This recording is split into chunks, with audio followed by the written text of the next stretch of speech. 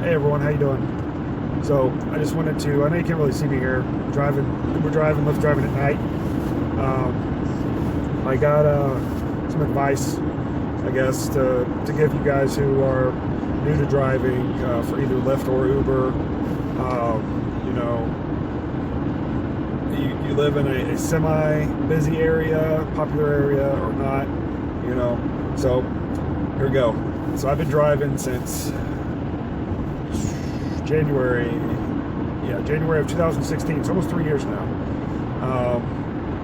And some things I've learned from driving is, one, don't go searching for trips. Don't drive in popular areas. Don't do any of that stuff.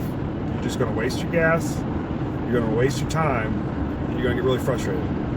Because 9 times out of 10, you're going to be in an area that's really popular, busy, whatever, surging. And you're going to get a trip that's 5-10 minutes outside of that surge range. So you're just wasting your time.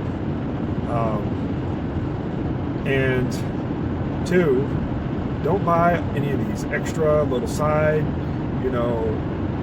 water bottles, gum, whatever, to give your passengers. I mean, come on, you make freaking dirt for money. So don't even do that extra stuff. It's not worth it. I tried that in the beginning. It's a waste of money, waste of effort. No one gives a shit. No one appreciates it. Most people don't even tip. So it's not worth it. And another piece of advice, if someone leaves one footprint of mud or just a little bit, something leaked from a cooler, whatever. It doesn't have to be throw up, because of course, if someone vomits or pukes in your car, you're obviously going to report that. But it could be anything that causes you extra work or damage to your vehicle. Report it. Take pictures of it right away and report it. Another thing, if someone has an Uber X, let's say, so I drive for Uber XL and Uber X, and if somebody orders an Uber X and they have 5 passengers or more, charge them the Uber XL rate. So you go adjust your fare. So you go to the trip, you hit the help button, and you go to adjust I have issues with my fare, and then you say that you had another problem. Insurance is going to change. They change it every so often of how to get to this area to report this. But anywho, you get in there, you report that you had more than, or 5 passengers or more, and it was an Uber X, and they'll adjust the rate for you. So there's that, and I'll give you some quick statistics. So for me, like I said, I live in a semi-busy area. I live close to a couple casinos in New England, here in Connecticut. So on an average, and I only drive Fridays and Saturday nights, and on an average weekend, let's say Friday nights, I'll drive maybe 100 miles, and I'll make between 60 and maybe 120 bucks in those 100 miles. So around $1, it's a change a mile.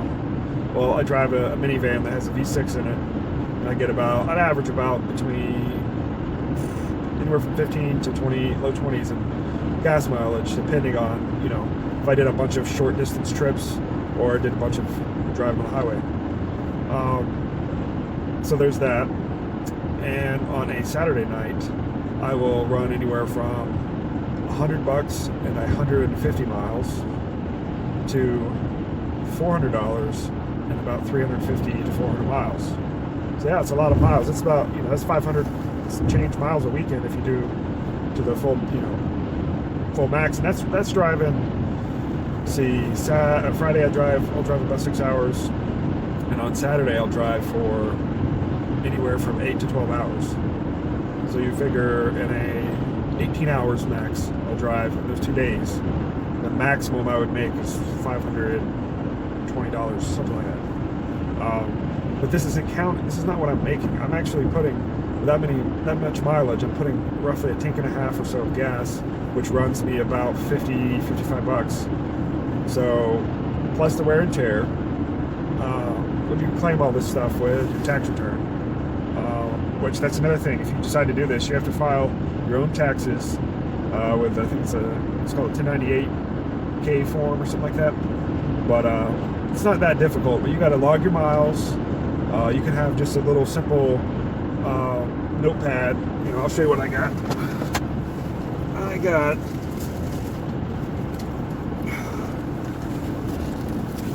just a simple little notepad. And then I put my receipts in just a little Ziploc bag, little sandwich bag for my fuel.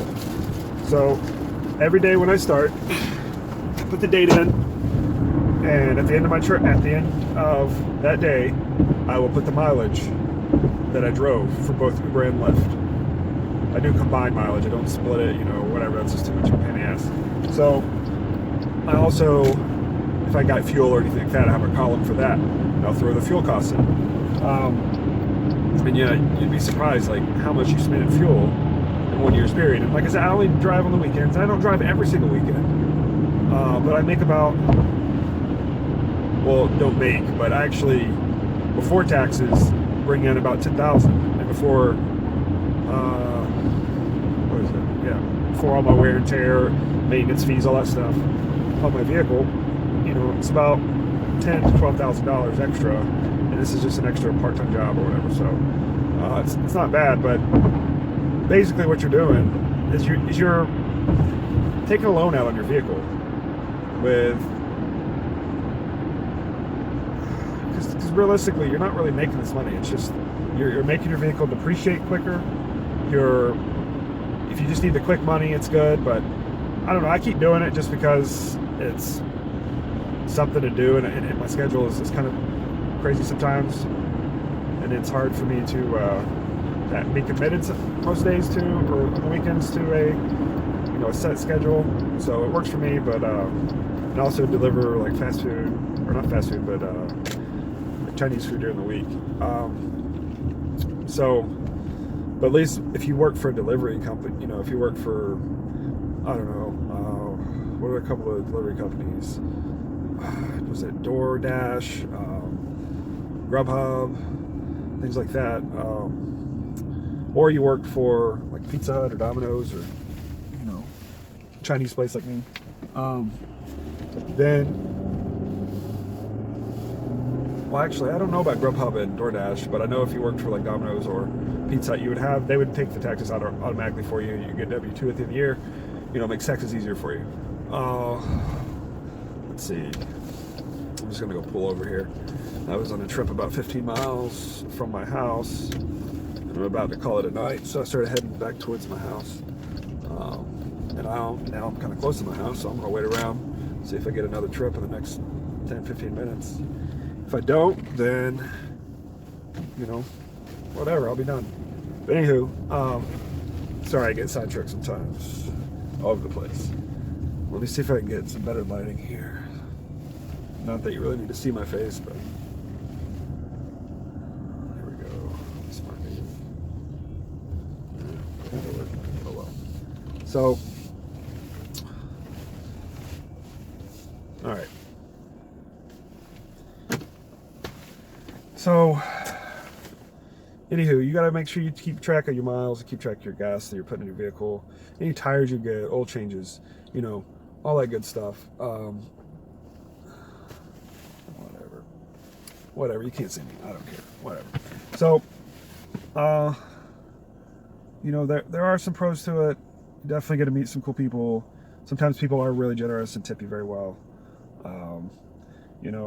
It's not very often, but it does happen. Sometimes you're going to be able to get trips that are like, 100 miles away, which I don't mind, because if I get trips like that, that right there, if it's an Uber X, that's around $100. If it's Uber XL, it's around, $160, $170. For me, it depends on what time of the night it is. If it's, a lot of times for me, I would be picking up from the casino at like 3:30, 4 in the morning, and I get a trip that's an hour and a half away in Massachusetts. Those ones kind of suck, because now you drove all this way, and now you got an hour and a half to drive back to get to your house. There's been quite a few nights where I've been on fumes, drinking tons of coffee, whatever, just trying to make it back.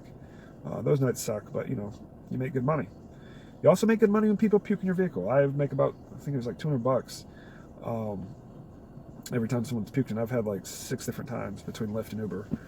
I think Lyft gives you 150 and Uber does 200 or something, or vice versa, something like that.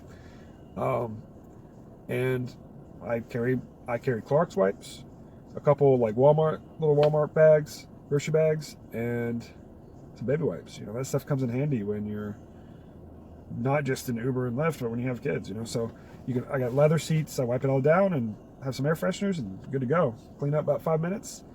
Take pictures before I clean it up. Make sure you do that, and you charge them.